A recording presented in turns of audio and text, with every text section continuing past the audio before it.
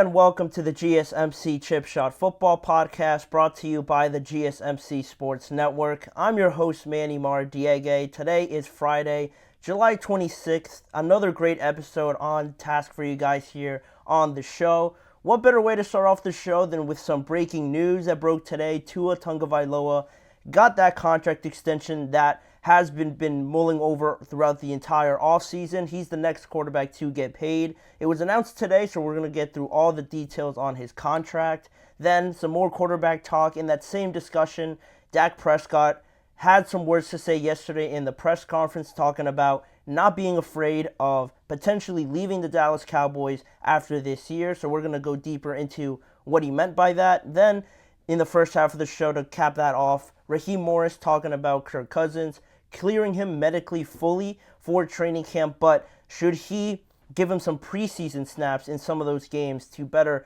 be safe before the start of the regular season to see where Kirk Cousins is at game speed. That'll be the first half of the show, plus some more topics later on. Before I get started, a reminder to you guys, if you have any questions or comments you'd like to make, to use the tip and donations link, GSMCpodcast.net. By using that link, I'm able to see your question or comment. I'll read it out loud, and that way get a better sense of how you guys are feeling on anything I say, on any of the topics on today's show.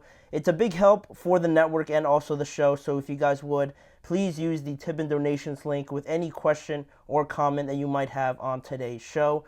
But right away, we can jump into the first segment.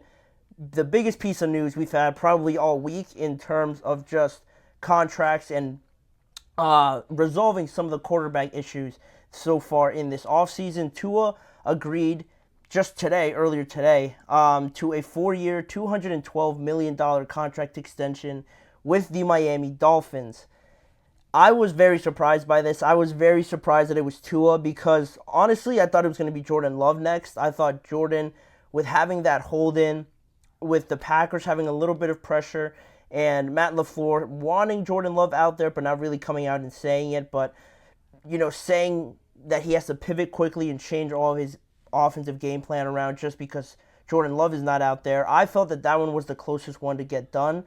But, of course, it had to be Tua, right? Of course it had to be Tua, who it seemed pretty hit or miss, really, because he wasn't holding out. He was present at training camp, but Mike McDaniels described it as a smooth or a fluent amount of workload that he's going to get.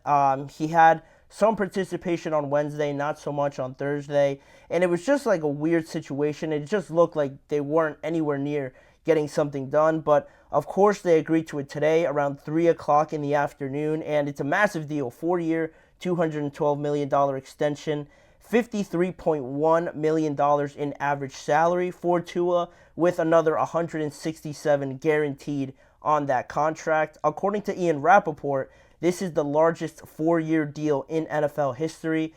Largest in 4 years, meaning the most average money in those 4 years, so averaging the most amount per year in the total value of that contract. So on top of that, it's also the largest contract in Dolphins history as well.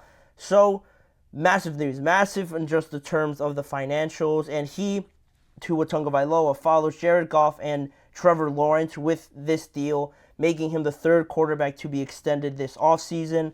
Jared Goff got his massive deal, $53 million per year. Trevor Lawrence, $55 million per year. And now Tua becomes the third highest paid quarterback with $53.1 million, just edging out Jared Goff there. Resetting the top five, now it's Trevor, Joe Burrow, Tua Tagovailoa, Jared Goff, and Justin Herbert to make up the top five in the NFL in the highest paid quarterback market. And it definitely surprised a lot of people. It surprised me just because the biggest thing with Tua, why I feel like a lot of people thought this might not get done or while this was going to get pushed towards the end of training camp, was really, you look at the injuries carrying over from college. He had the hip injury. He had the head injuries then in the NFL. Can you trust Tua at this point and, one, stay healthy, but also coming off of a career year in 2023, do you have enough belief in him to carry that on consistently, at least in the next 4 years, for the length of this next contract? Those are the biggest things. And also, there are the disappointing performances against some of the better teams, because you look at last year, he was 1-5 against teams that made the playoffs, and then in his career, he's overall 6-14 in his career versus playoff teams. So he's winning less than, or he's losing double the amount of games that he is winning against playoff teams in his career. So that is a little bit alarming. I wasn't aware of that, but overall, my thoughts on this deal, I think it's fair.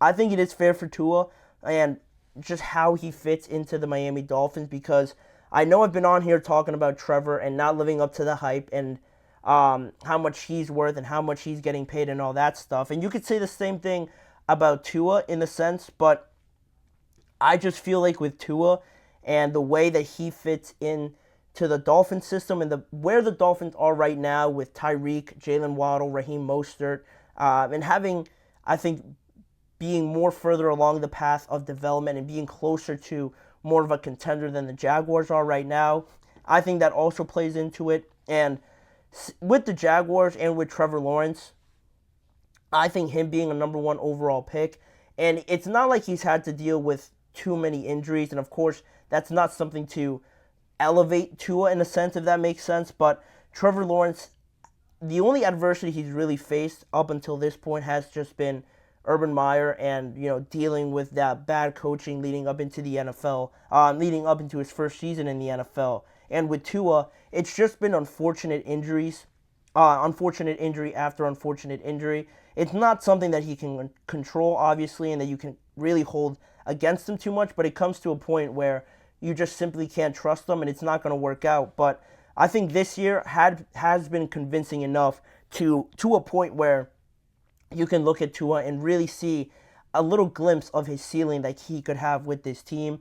Similarly with Trevor, you want to talk about playoff performances, and Tua and Trevor have had about the same amount of playoff success. But in the regular season with Tua, he just had a career year. He led the NFL in passing yards. He had a career year with 69.3% completion percentage and also a career high 29 touchdowns thrown. He's the first Dolphin to lead the NFL in passing yards since Dan Marino. So he has achieved some accolades thus far into his career that I don't think Trevor has really reached up until then. He's almost been there. He's almost reached that, you'd like to think, and he's almost been over the hump. But Tua's actually done it in the regular season. And if you want to pay quarterbacks in terms of regular season and then want to bring in the playoff success, you look at Dak Prescott and the amount of money he's getting projected to be paid.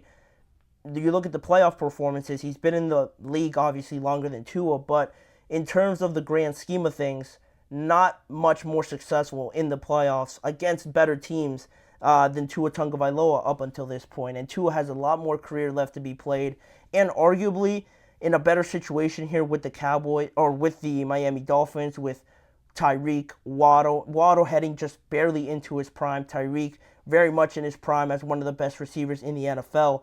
This situation with Tua now, I think the Dolphins felt good enough to give him this money and still surround him with great players and have that be enough to carry them into more success into the playoffs, because they are a good team. And I think last year, unfortunately, they had Waddle injured.